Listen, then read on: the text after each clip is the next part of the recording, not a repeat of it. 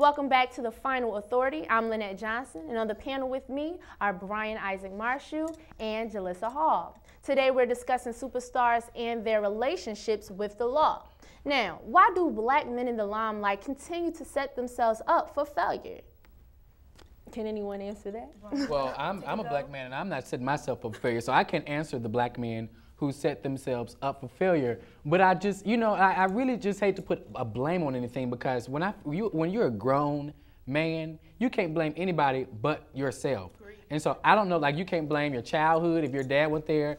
That's not an excuse, because you should be able to look at that situation and be like, okay, yeah, my dad went there, but I want to do better. But the thing what? We said that, yeah, everyone doesn't do it, and a lot of people do not know how. What do you mean?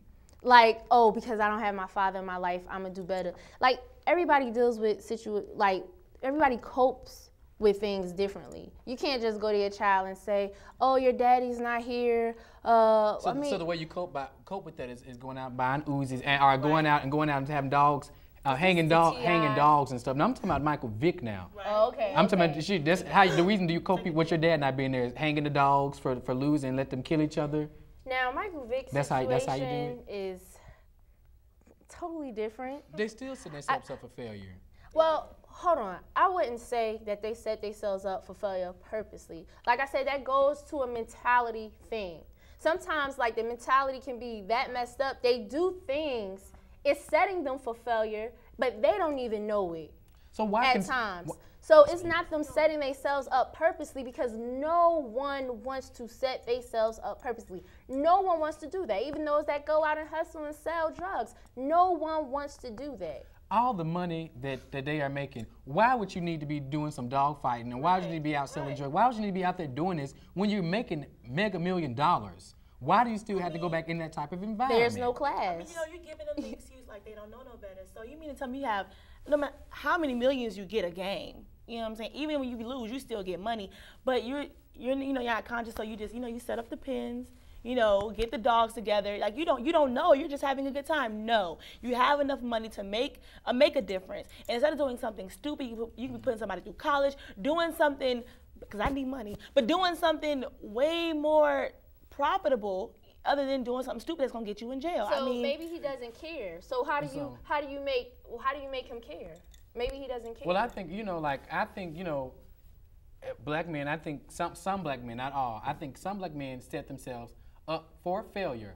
However, I think that some of these black men should take into account that yeah, this is where I came from, but I don't want to set up the next generation for failure. So I'm going to be different. But no, what did they decide to do? Continue the same trait of ignorance. You know what? I feel when you said that, I feel like with that, personally, I feel that black men need more responsibilities. And if they had more responsibilities, they would think more. They would think carefully. They would be smarter. What responsibilities? For example, let's see. Just having more, when I say more responsibilities, as far as more, knowing people need them, people want them, that they can help someone. That's what I mean. When you have a lot of guys that do hit the street life, join the gangs, those are all the reasons. Lynette, there's a lot of preachers out there who come from the same neighborhoods that these men come from, but they knew better to make the decision. I don't want to live like this. I want to help people. You're not helping people by first of all, still hanging out and doing the same things you did before you got to your celebrity, doing these same activities, the same mentality. Change your mentality.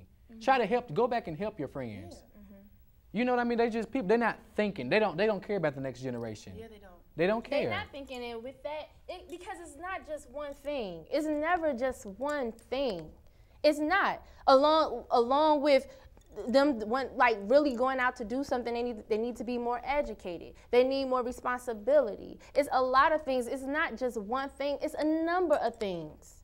I think they first need to get some sense into their mind. That's definitely. And you can't get that from nobody but yourself. but someone needs to teach you how to start Okay, so you when can you're continue. 30 years old. Had that opportunity though. Like he said, like it was some preachers, ministers, or whatever that came from the same background, and they didn't have that person to say you can do it. But they made up in their minds and in their selves to say, you know, I'm going to do better. Because they are different kind of people. They are different kind of people. It's just having like Brian said, having common sense and knowing that I need to do better. Everybody does not have common sense. Now, when you say that everyone doesn't have common sense, people do things people would do things and you're like, why shouldn't they have done that? It's common sense. But everyone doesn't have common sense. Well, I know that, you know. Some people need more support. Some people just can have themselves to give them that strength to continue with something else. And some others do not have that. Some people need that boost. But out of all their life, these black, not just the Michael Vick and T.I., but you can tell me out of all their life, no one told them from right and wrong, and no one tried to tell them, you know, this and that, you know, tried to help them along the way. So I just really think that they just really do not even care about their life. They don't care about their children's life. They don't care about the men in their family. They just don't care about their friends or their hang. They don't care. They do not care. But you know what? But you know what? I don't just blame the black men. I also blame the media, because the media don't have a lot of positive black images. So people who don't have, you know, mentors or have fathers in their life, they don't have an image to look at to say, ooh, I want to be like that person. You know what I mean?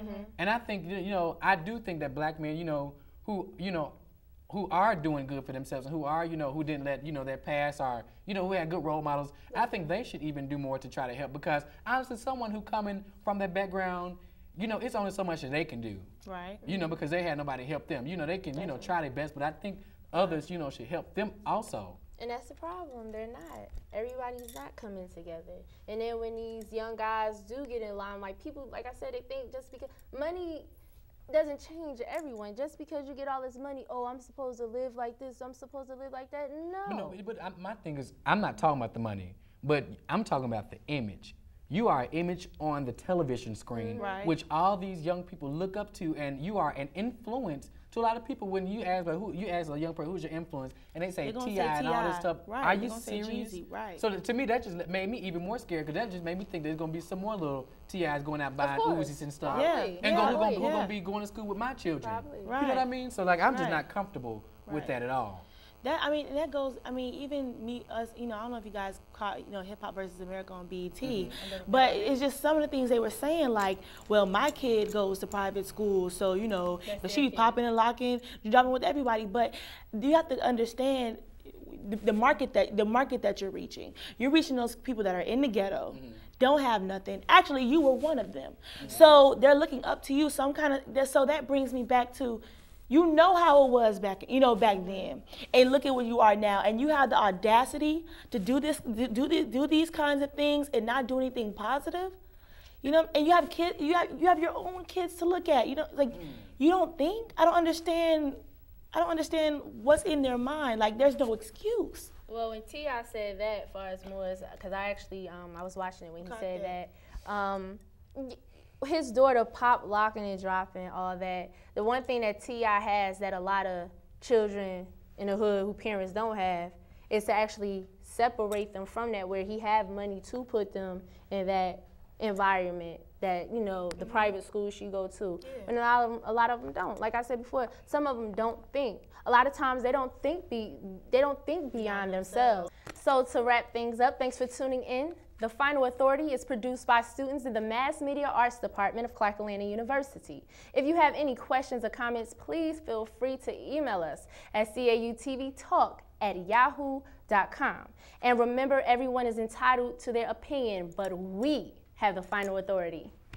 Thanks.